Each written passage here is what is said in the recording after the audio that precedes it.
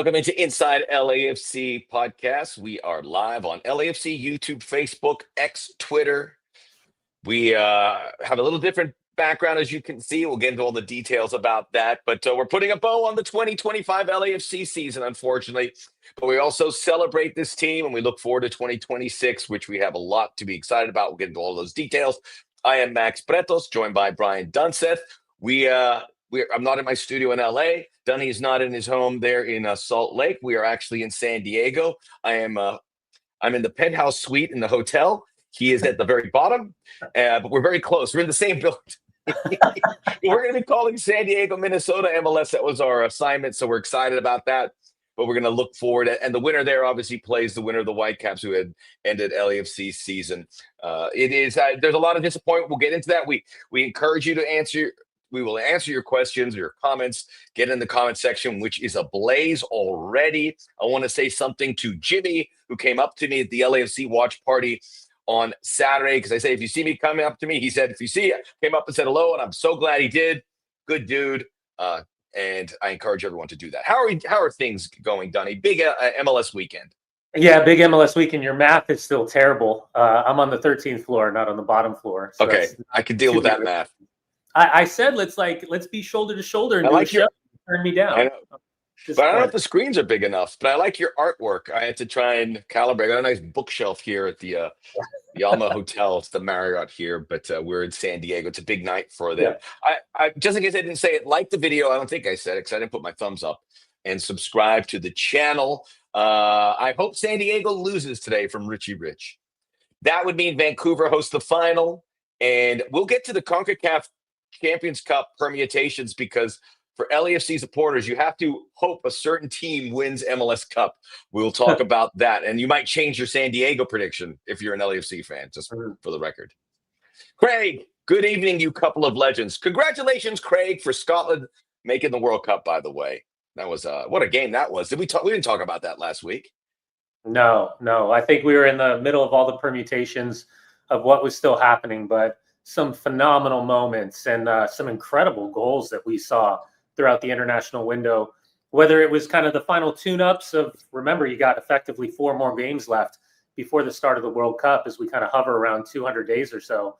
But on top of that, man, some incredible stories, whether you talk about Scotland, Curacao, Haiti, the incredible story that is right now for not even being able to play at home and qualifying for a World Cup.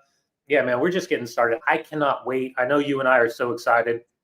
I always tell the story of being a 16-year-old in Southern California, growing up in Upland, and heading down to the LA Convention Center and, donating my time and being a part of everything that was happening in downtown LA. And then I never had enough money for heading to the World Cup because the ticket prices probably similar in 2026 with the way things are going. No, it's not similar, a lot more. Yeah, but I can remember get 2 World Cup tickets in '94 for the price of 1 parking slot here in 2026. Yeah, that's probably true. But I can remember vividly driving into Pasadena, parking my car, walking down into the gully, and just being around the fandom and understanding like the culture and the atmosphere, and just being a teenager now having a 16-year-old, a 13-year-old, and a 7-year-old. I'm really, really excited to see what the power looks like, and the idea of kind of the Olympic-esque type of feel, except multiplied by a gajillion here in the United States. And a lot of LAFC players will participate. Not as many as we had hoped for during qualifying, but we'll see some. We'll see Matthew Choinière. Maybe we'll see Timothy Tillman. Maybe we'll see Timothy Tillman as well. And a few others. He had a really good performance for the United States last week. Both games, yeah. Both games. Rice Mayonnaise, what a great handle. Shout out to Heung-min Sung. Don't be disappointed. Let's look forward to next season from Ha Young-sun. Thank you for saying that. And congratulations, Vancouver. You're a deserving win. 9 players with overtime didn't deserve to win, but I have problems with MLF. This is to play on the AstroTurf. We may talk about that too. Yeah. We need to play on natural grass. We do. But again, we knew this game was going to be there. Both easy to say, difficult to accomplish. Yeah. Easy. It's very expensive. It's when you look at all the stuff for stadiums, there's so much that goes into it. Really quick, we should also, Maxie, just to touch on that really quick.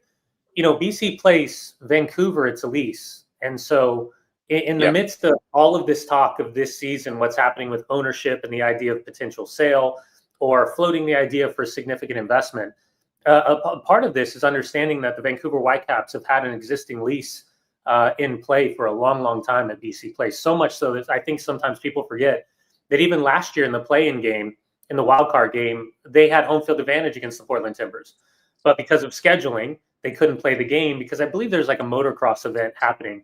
So they had to go on the road to Portland to play that first game and lose effectively their home field advantage. So this is nothing new. I wish this was more of a conversation after a win as opposed to a conversation after a loss, because I know that wasn't the intent of Hugo.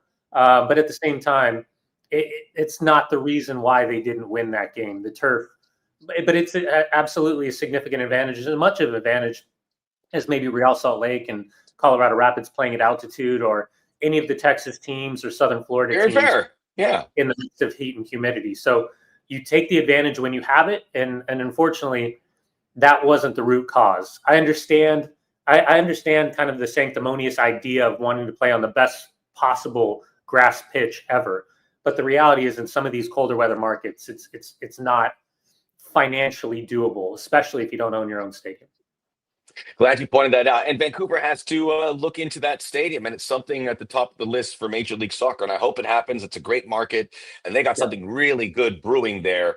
They might have a shot to lift a trophy. We will see over the next couple of weeks.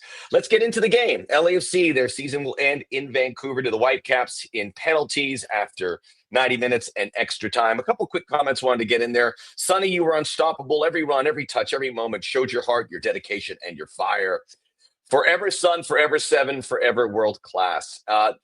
Zaju said 1 man versus 11 equals Sun the Devil.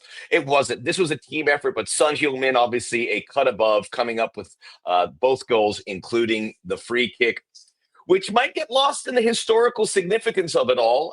We'll touch on that here shortly as well, because LAFC didn't get the result. But this was, to not sound cliche, Dunny, a tale of two halves. Vancouver were piling on the pressure, got the 2 goals. They had a chance to get more. LAFC, 2 avoidable goals. The first one coming from Yohei Takaoka all the way through to Emmanuel Sabi, which just has to be better defended. Second goal off a corner kick that wasn't cleared, and Hugo Lloris probably either can collect that or give it a bigger punch, and Matias Laborda put it through. The alterations were made at halftime, and LAFC took over that game, including the goal from Sun Heung-min. They went up a man after Tristan Blackman got his second yellow in extra time. Bilal Halbouni went out. They were against 9 men. LAFC should have won it in extra time. They had so many chances. There was that one sequence where it hit the woodwork on 3 occasions. It just wasn't going in. But I counted, as I rewatched that yesterday, 6 gilt-edged chances to score that were not converted. That's it's no lack of effort. I thought Steve Cherundolo, even though we'll talk about the substitution patterns and maybe who didn't come in, it was some peculiar people coming in. But I thought when you look at Ryan Raposo and David Martinez, who's not an outsider by any means, but somebody who's looking to get more playing time coming in, would like a chance or 2 back, but was very active. I thought they're all the right buttons. The question mark obviously remains about not getting off to a better start. But LAFC, against a very good team on the road, took it to the limit. And it's hard to say, like, how much did LAFC leave on the plate? I think when I look at the whole 120 minutes, it's hard for me to say that this wasn't or shouldn't have been Vancouver's night. I thought they hit all the right buttons, including killing off that 30 minutes at the end. Yeah, listen, let's start with Vancouver. The season that they put together collectively has been incredible. You know, nobody understood who Jesper Sorensen was outside of the decision makers in Vancouver. And to think about the year in which they lose Ryan Gauld and Brian White for major stretches, playing through international windows and Gold Cups where some players are playing significant minutes, other players aren't playing at all. So kind of recapturing the rhythm of what's needed, leaning into a roster that probably was dependent upon players they weren't expecting. And then ultimately the signing of Thomas Muller is every effect for Vancouver that we see for Sun Heung-min here at LAFC. Sebastian Berhalter, Matias Laborda, those guys, and losing Veselinovic, losing Tristan Blackman near the end of the season. They've showed a spirit and a fight and a collectiveness that is really admirable if you're a neutral. From an LAFC perspective, you're right. I mean, the defending was criminal for Sabi's goal. The fact that Takaoka could hit such a direct ball, and whether it was Tafari or Zeddy Segura, to be so unaware in their lack of positioning and lack of urgency was a really important moment, obviously. But then the quality of Sebastian Berhalter, whether set pieces or corners, he's been fantastic. Thomas Muller, you got to do better on minimizing his ability to get on the header. Hugo pushes. I mean, I think when he goes back, he'll tell you why. I think when we watch in slow motion, it looks more catchable, but that's just not reality.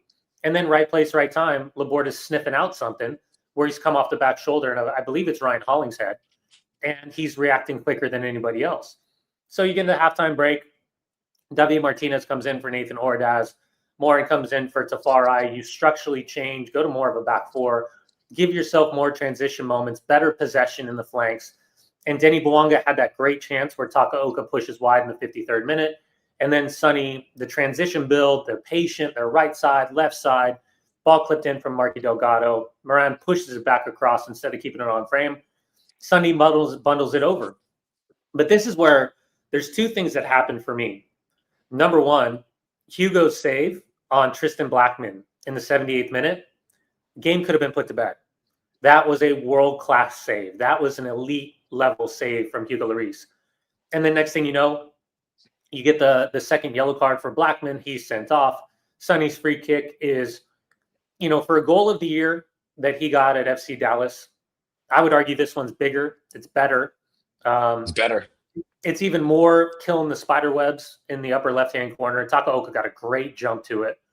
I'm not sure anyone outside of maybe the size of a Donnarumma gets a touch to that. But then Smoliakov to Moran just goes wide in the 115th minute. You have David Martinez hitting the crossbar, Denny hitting the post. Denny then hits the crossbar. And then finally, the one where Denny plays it across the face of goal and just maybe an inch where he's just begging for a touch. And we could talk about David Martinez maybe laying the ball off once or two occasions for a better opportunity, more. But at the end of the day, really gutsy performance. And it was the inability to find the back of the net in that second half and in the final 30 minutes heading into penalties, where once you get to penalties, who knows what can happen. But I really want, real quick, the post game from Sonny, he is, I think, when we talk about class of human being, when we talk about leadership, when we talk about accountability, I'm not sure I could put somebody above him if we were trying to rank the importance of an individual to a club, and how quickly he has assimilated himself to the group, understanding that his leadership, his technical ability, and the fact that he can consistently separate himself by constantly having an effect on the game. For him to come out publicly and put it all on him, it's not on him. Isn't that something, though? But isn't that? I mean, it wasn't on him. It wasn't. He was. But it's strength of character. That he puts that says that about his character. Yeah. It's strength of leadership, strength of character, and I loved how he inferred that this is going to be the motivation for all of them to come back stronger at the start of next year for a roster that feels much, much, much more complete than it was at the start of 2025. I love the fact that he said that, because it deflects anyone from saying, hey, why did this player, hey, Coach Cherundolo, what? It deflects that. And in turn, as you just said, it gets his teammates fired up because they don't want to disappoint him. They adore him. And I'm not saying that I don't know it. It's just the visuals. When he scored that free kick, the reaction from everyone on the sideline, on the field, it was like they just saw Santa Claus. It was overwhelming. It's just part of everything we have heard about how much of an impact he has had on their lives and how it continues. And we see that with Thomas Muller too. And I want to say I see it all the time, but I don't, where these star players come in, and it's so refreshing and heartwarming that and everything he does, he puts the foot in the right place. And just to play this whole season nonstop and go that direction, he said he was cramping a bit, as he should have. He is a superstar player who will play on any surface, will play anywhere, at any altitude. Coming off There's international nothing duty and significant coming off travel. the internet, out whatever 5,000 to 6,000 miles away. It's there's just nothing. There's no more moment where you go, is he going to be? You don't even venture to bring it up. Is he going to be okay? Is he going to be able to go 100% or 90 minutes? It goes without question. And he went 120 minutes. And we'll talk about the free kick as well. But it's with regards to Hugo Lloris, I thought, obviously the he was involved on the 2 Vancouver goals, but that save was phenomenal because I was like, we were at the watch party and my wife is texting me. I go, maybe I'll get up and go here. I go, I can sit around. And I had a feeling, something would happen. He was also good in the penalty shootout. He made the save. He guessed correctly on most of them. And so who knows? So we'll talk about next year's team as well. Hugo Lloris, a big decision to make, but most of this team is going to be coming back. And also David Martinez, who is a bit of enigma, or he is an enigma, a young player. You see the signs, the quality, and you hope that he can remain with LAFC and just work on those finding that pass off in the right moment that could open up so much. But that's, the conundrum of young. Well, but players. That's why I said last week, and I pointed him out on purpose. Because I think it was Roy Keane one time was talking about the season where at the end of the year, the most important player is the player that you weren't really relying on. Because when push comes to shove and you've got injuries, you got form, you're chasing a game, David Martinez has special capabilities. And there becomes a point where you start to be a little bit concerned because you can tell that this kid is insanely talented. But I would kind of put him in that Diego Luna category where how do you have a constant effect on the game while also playing within the system and doing the dirty work that you're asked to being done. So hopefully the evolution of his career and his art continues to rise. And I think as important is going to be a very interesting offseason. I know we'll get to it, but now with Steve Cherundolo's departure, and I know we're going to talk about that as well, the next manager that comes in, I'm going to be very intrigued to see or to understand how they view what his potential is and what they view his reality is currently heading into the 2026 season. We'll start spinning it forward to what lies ahead. This is Inside LAFC podcast live on LAFC YouTube, Facebook, and on LAFC X/Twitter. Like the video, subscribe to the channel. Some comments. Maximiliano es muy guapo. Don't start with me, Juan. I know he's pulling my deal, but I know, some days I have good days. I know I'm having a good hair day. Some shots say, Mark Delgado wasn't perfect. Tillman, I thought they did okay moving the stuff up. Denny needs to step up in the playoff game. I thought Denny, if he scores that goal, he is potentially man of the match. I thought he separated really well. He stretched the field. He got the red card on Tristan Blackman. The finishing just wasn't there. It wasn't his best performance. But Denny Bouanga constantly putting his hand up. I just wish, one of those things would go, and there was 3 or 4 chances, and you got to finish one of those. Yeah, listen, you and I have been around Major League Soccer from the beginning. I came in the second season in 1997. And I can promise you one thing is true. When you get into the playoffs, the margins are even slimmer. And the instinct from defensive phase of play is to drop deeper and keep the game in front of you. Tonight we're going to watch a really fascinating, back and forth between two teams that pride themselves in different perspectives. For San Diego with possession versus Minnesota United defensively. And the reason why I point that out, Max, is let's not get lost in the shuffle about the talent of these guys. We can be disappointed with the end result, but the reality is that the margins between these two teams were so slim that if you would have told me today, waking up, that we were talking about an LAFC podcast of LAFC moving on and waiting to find out who they're going to play, I wouldn't have been surprised because there was really no difference on the night. There was just special moments from special players. And by the way, not for nothing, Evander statistically in FC Cincinnati and the year before the Portland Timbers has been in a top 5 category statistically of number 10s, and yet has no goal contributions in either year for Portland or Cincinnati in the playoffs. So we're talking about outliers. We're talking about Thomas Muller. We're talking about Sonny. We're talking about Lionel Messi. These are the outliers that are consistently changing games. And it's for everyone else to kind of catch up and prove that they're amongst the elite of the elite. You touched on it, but we'll talk about that free kick, Son Heung-min special, and just I put a bow on him before we look ahead to what's going on. Some comments and questions.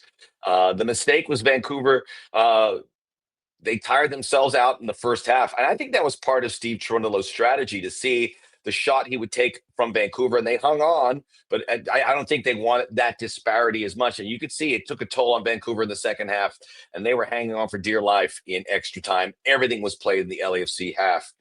Too many unfinished chances happens every year. Richie saying that, but I'll say this: LAFC. This is, and I'll ask you this about the free kick. This is a successful year for LAFC. They didn't win the championship like they did in 2022. They didn't win MLS Cup in 2023. They didn't really win a trophy, but everything they were able to accomplish, making the Club World Cup, getting a nice win in Leagues Cup, I thought making that really good run. This is a good season. It's disappointing, and we can all share that. But all in all, even showing that kind of fight to the very end in the playoff against a team that could easily win MLS Cup. This is LAFC with in many cases a lame duck coach who's going to leave here, who never checked out, and you can see the love between this team and how much it means to themselves, bringing in 7-8 different players on loan, having players come and go. This felt like 3 seasons wrapped into one. It was challenging. LAFC didn't hit their targets, but this is still well above water for a club. Any other club in MLS, 28 out of 30 would say we take that every year. Yeah, Max, I'm on the outside looking in, right? I don't live in Southern California currently. And with the amount of travel and the amount of conversations that you and I have with general managers, opposition general managers, head coaches, coaching staffs, the respect for LAFC is incredible.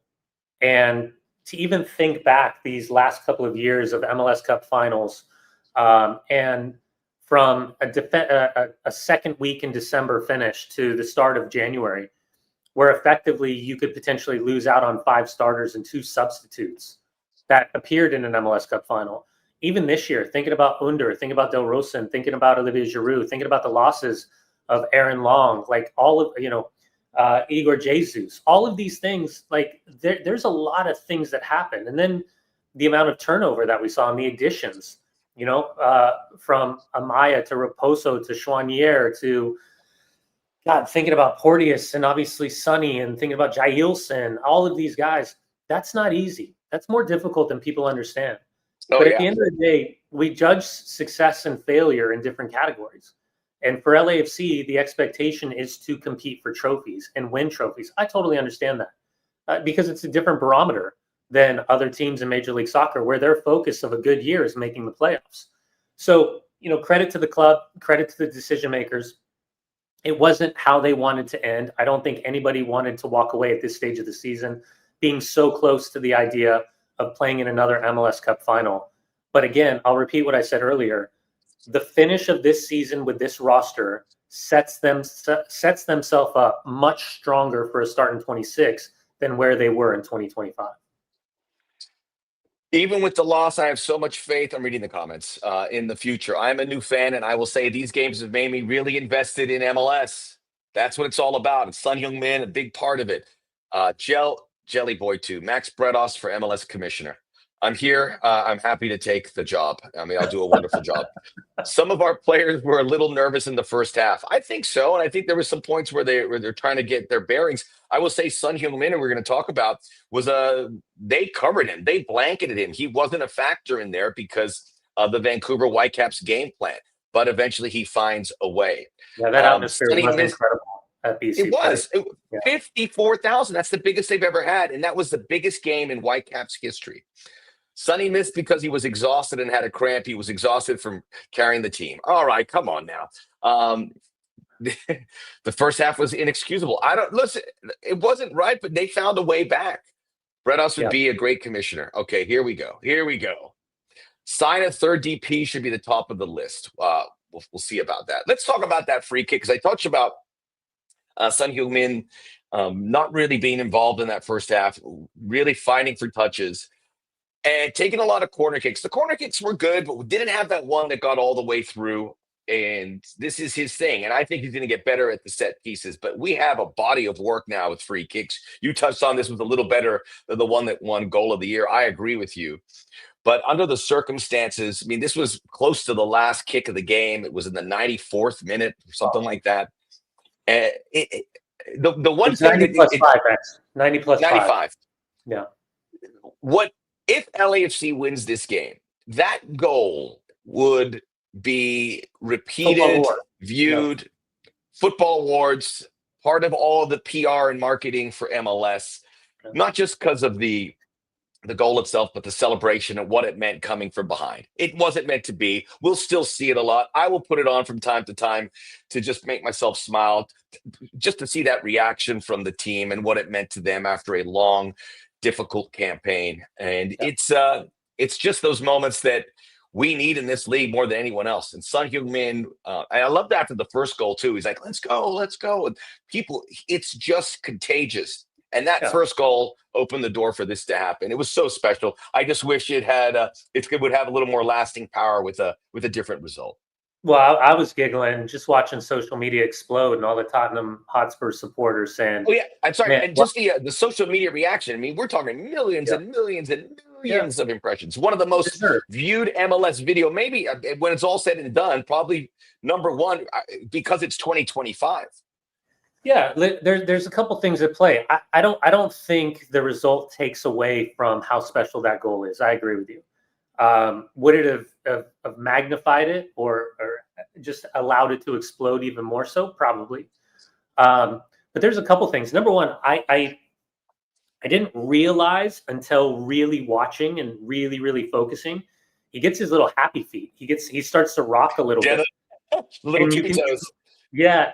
And again, man, I wish there was a way that we could quantify how many minutes and how many balls were struck on the training ground to get him to that point where he's capable of executing at such an incredible level.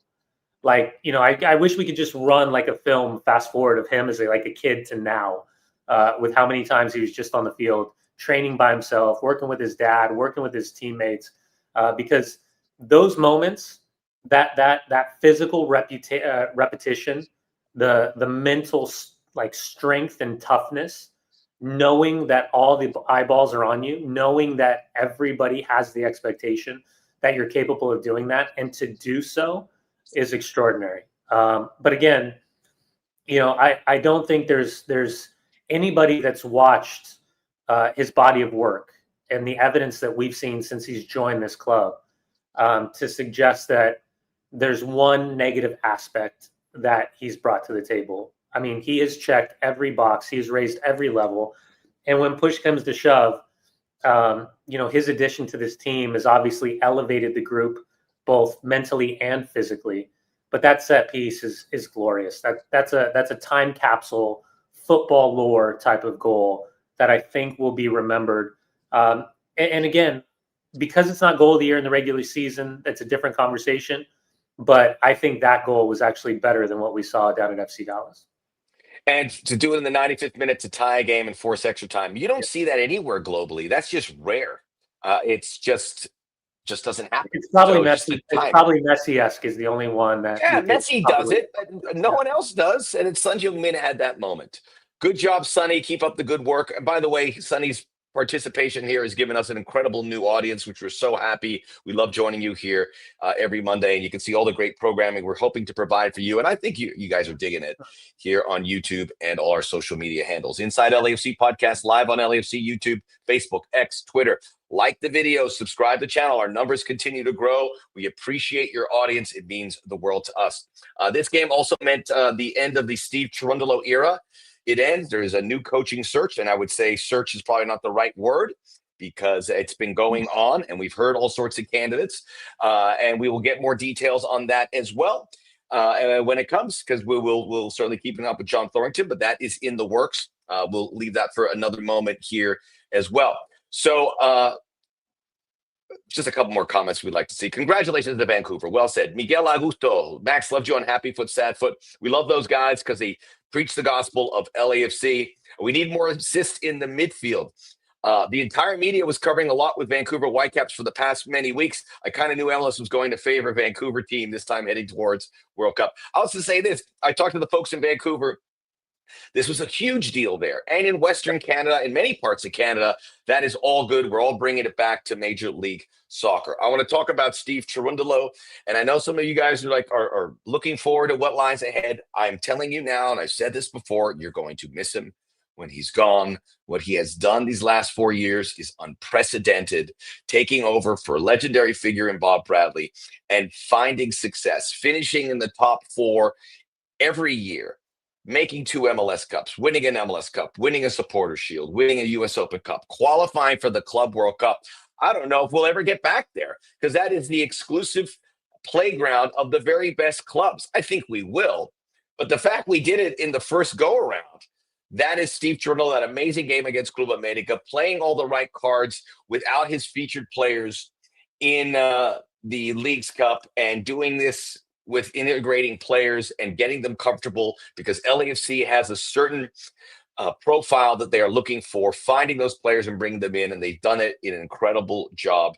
Steve Cherundolo is going to go to the next challenge. I hope we see him back on these shores here, but he deserves all the respect from us, from you, because I know what's happening here when people are critical of Steve. We have pivoted from LAFC being a top MLS team. I think people, because of the success, are a little spoiled and are now comparing LAFC to top clubs around the world. They feel like LAFC has to be a global team. That is the goal, but we're nowhere near to doing that. This league is still growing, but with everything that Steve has done in these 4 years, we're much closer to that than we've ever been. And he leaves this team in very good shape, and we'll get to that here shortly. Some of these things don't always happen when there's a coaching search. So I just look at with Steve Cherundolo. I am appreciative because I've had so many great memories, and I wish we could just roll this over and he's coming back next year. But he's looking for new challenges. He's going to become a better coach when he goes to Germany. I know the folks in Korea would love to see him possibly take over there one day because their view is of Steve being so successful here with son Heung-min. So it's I know Steve. I will tell you this. I know some of his friends and family watch in. So if they can pass this on to Steve. Steve watches sometimes. We appreciate you, Steve. Thank you for everything you've done. Yeah. Again, I'll repeat myself for people that haven't watched the show when I was on. Full disclosure, Steve and I go back a long way. We go back a long, long way to late 90s. I've been fortunate enough to share the field with him. I've been fortunate enough to break bread with him and, call him a friend. My analytical take on Steve, take away all of that, is I think that he was one of the most functionally sound, tactically adept managers with a coaching staff that truly truly understood what they were trying to accomplish every single day. And the challenge, I think, is wildly underestimated when you're introducing the amount of players that they did during the summer, and being so timely efficient with his words and his training sessions to get everybody on the same page at the same exact time.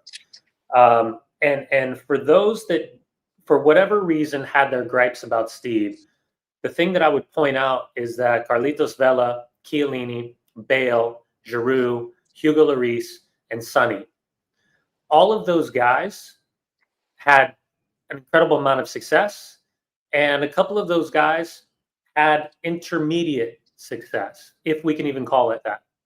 But one thing was evident from the get-go was that from a sporting perspective, they might have been frustrated with what was happening, but they always showed the utmost respect to Steve and his coaching staff, which I think speaks volumes for the human being and for the tactician and the meester that he was on that sideline. Whatever happens for Steve, I can promise you he's going to be in the conversation for when Red Christmas rolls around in the Bundesliga in about a month's time. He's going to be linked to a couple big clubs, and I'm very, very intrigued to see what his next step is in the evolution of his coaching career. But for John Thorrington and LAFC, this is a huge moment. And maybe outside of Inter Miami right now, I can't think of a better opportunity for any manager that is thinking about coming to the United States, because from an infrastructure setup, from a stadium, from an incredible environment inside BMO Stadium, the fandom and the pandemonium that's created with the home field advantage is extraordinary. And then to walk into a team that has an ownership group that's willing to spend the way that LAFC is spending. I wish there was a way for us to have transparency in real time to understand the names and the representatives that have been in contact with LAFC, because this for me is less about LAFC. And again, use this for the analogy for what it is, but this is less about LAFC going out. This is more about who's coming to LAFC. But a big, big, big moment for this club in whatever this next evolution of the tenure starts to look like post Steve Cherundolo. Inside LAFC podcast, like the video, subscribe to the channel. Some of the comments: I'm grateful for Dolo. He competed, hope the best for him. Dolo was robbed for Coach of the Year in 2023. Getting back to MLS Cup was unbelievable. And making those CONCACAF Champions Cup final, which we will never forget, another famous night. This was a question. Do you think, and you may have answered it right now, Dunny, do you think the coaching search will be more to find a coach to match the current player pool style, a coach with a certain pedigree, or a combination of both? I would say that which we'll talk about the roster. There's not going to be a lot of change roster-wise, so you need a special candidate. But I think there's going to be ones that'll say, and it's not, I'm sure John Thorrington's already had a lot of contact, and he's even said as much about this job for all those things that you mentioned about what you have. I think a lot of new coaches might want to come in and put everything in their own vision. You don't get to do that with this LAFC gig, but it's a different challenge. And I think there are coaches big name coaches that would like to do it.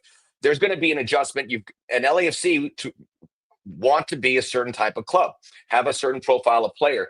So whoever takes over certainly has to agree to all of that with regards to LAFC. By and large, from my perspective, inside those four walls, it may sound a little different, but from what we've seen over the year, I think it has to kind of look somewhat similar to that. Yeah, I think in the modern game, it's not just about the tactician. It's not just about the connectivity with the group of players. I'm of the belief that a job like LAFC is actually much greater than that, because I think there needs to be an authentic connection with the fan base. I think that with the way that I've seen LAFC supporters evolve, I think whoever comes in the door, there's got to be a connectivity. There's got to be an understanding and a duality, and the role and the game itself, but also understanding, from a prideful perspective, what this fan base means to the team and what the team means to the fan base, and culturally connecting, because I really do believe the front-facing head coaching role in the modern game really does. You have to have that buy-in of like, that's my guy, like that's my manager, what he's saying, how he's presenting himself, like. That's how I identify with this club. That's what this crest means for me. So I'm really, and in the modern day, speaking up, for current events and speaking up for your city and backing everything that's great about Southern California. All of those things are going to matter. So again, I'm really, really intrigued to see what this decision looks like. Steve talked a lot about one of the comments, salary restrictions at MLS. We got the calendar shakeup. Are we getting the salary shakeup? In case you missed it, the calendar now will go, the European calendar. It's going to start in late July and end in May. It's very exciting. That'll happen in 2029 or 2027. 2027. And I would say this, and you can touch on it, Dunny, is if MLS is going to go about those stretches to make a move like this is a massive undertaking, and it's about making the league better with bringing in players and selling players. I would imagine a salary shakeup in small or large role is possible. And if there's other adjustments to MLS, and I'm not going to get into that, but you know what I'm talking about, maybe many years from now, this is the opening to even more seismic shifts on the way the league looks. But I think one would probably come with another in a smaller degree, but I don't think nothing too crazy. Yeah, what I would say is that the transfer window alignment will operate and benefit Major League Soccer tremendously, both for incoming players and the potential for sales, and also from a leverage conversation. Because with the transfer window closing, far too often were players and agents able to use the leverage of potential contracts and contract offers. And one of the difficulties is, right, the Premier League window closing versus the Serie A window closing versus the Turkish window closing. This is going to benefit MLS because they're actually going to be one of the later closing windows when it was all said and done. On top of that, listen, we're still at a unique junction in Major League Soccer, and I'm of the belief that the David Beckham effect truly changed the arc of the trajectory of the league and growing and the stability behind the scenes. I mean, effectively, you're talking about 1.2 to 1.4 billion dollars in terms of ownership when you're talking about training facility, you're talking about stadium, you're talking about infrastructure, you're talking about academy, you're talking about second team, all of these things. It's incredibly difficult to put a full price tag on it, but that's where you're talking about. And not every ownership group is willing to spend that type of money. So my feel is that when we look at Inter Miami, when we're looking at an Atlanta United, when we're looking at even an FC Cincinnati, rising tide lifts all ships. And I think LAFC is in that rarefied air of proof and concept in terms of development, of identification of young players, and then being able, because of the city and the club and the establishment of a very, very, very clear identity, that they are able to push, prod, and pull everybody else up. But it's also board of governors. You've got collective bargaining agreements with the Players Association. It's not as easy as everybody wants it, but I think sooner rather than later, we're going to see the continued loosening of the purse strings and allowing clubs to go out and spend significant money, as LAFC did with Sonny this summer. By the way, teams don't want to spend exorbitant amounts. They want good deals. And so that's why I think this Then they want shift in butts the and seats. schedule. Butts and Yeah, seats. Yeah. they want butts. And so there's, without getting too much with the finances. I mean, they're going to get a better product with all of that, and we'll see what it looks like. But you have to spend your money in a very smart way in MLS. It's just no other way. I Yeah. was going to talk about the roster outlook, but I'm going to see if we can talk about that on a future episode because it's pretty extensive. But I saw some people mentioning about who's coming back. There was a flurry of activity of guys that were going to get re-upped, including Sergi and Nate Ordaz and Timothy Tillman and Ryan Hollingshead. So that's all good. Yes, Son Heung-min is through 2027 with options through 2029. Denny's through 2027. It's this team for the first time in many years, certainly during the Steve Cherundolo era, is coming back. It always had to have a big shift every year. This is going to change. And history, right, Dunny, says if you can have the same team that was pretty good a year ago, things are going to be pretty good the following year. Yeah. The Law of experience. averages. Yeah, the experience, the collectiveness, and again, we saw glimpses of the end of this roster during Leagues Cup, and specific to the win against Tigres. Like there's talent, and I think that's what's a small, minuscule part of the frustration of the inability to find that third goal up in Vancouver is because we do know there's talent. So we'll see the evolution. I mean, listen, at the end of the day, you can maximize player value within the league if you want to make some adjustments. Again, the development side, thinking about the second team, thinking about young, dynamic players like David Martinez that have been identified earlier and how they continue to develop.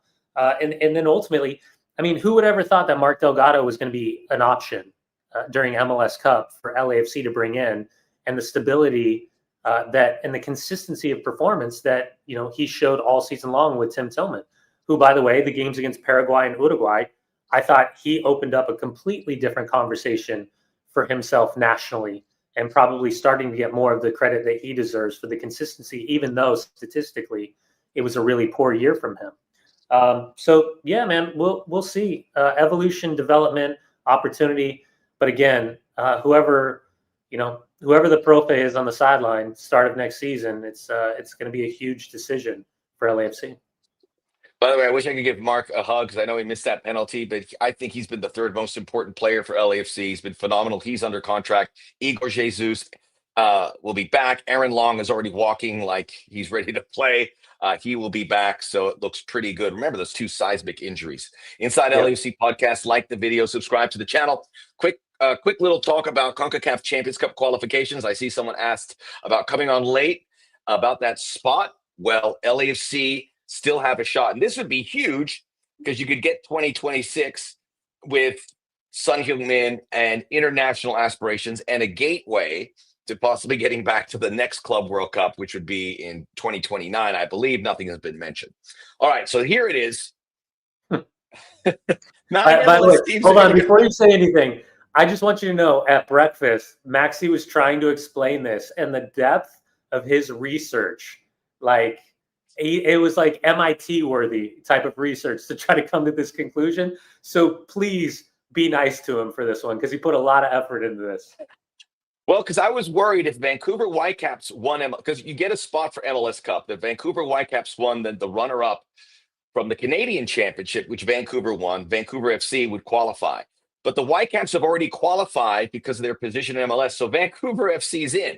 So if Vancouver or Miami, which are likely winners, or San Diego, so I think that's why LAFC people have to swallow their pride and maybe pull for San Diego. If those three teams win MLS Cup, they're already in the CONCACAF Champions Cup. LAFC is the next team up in the pecking order to go in.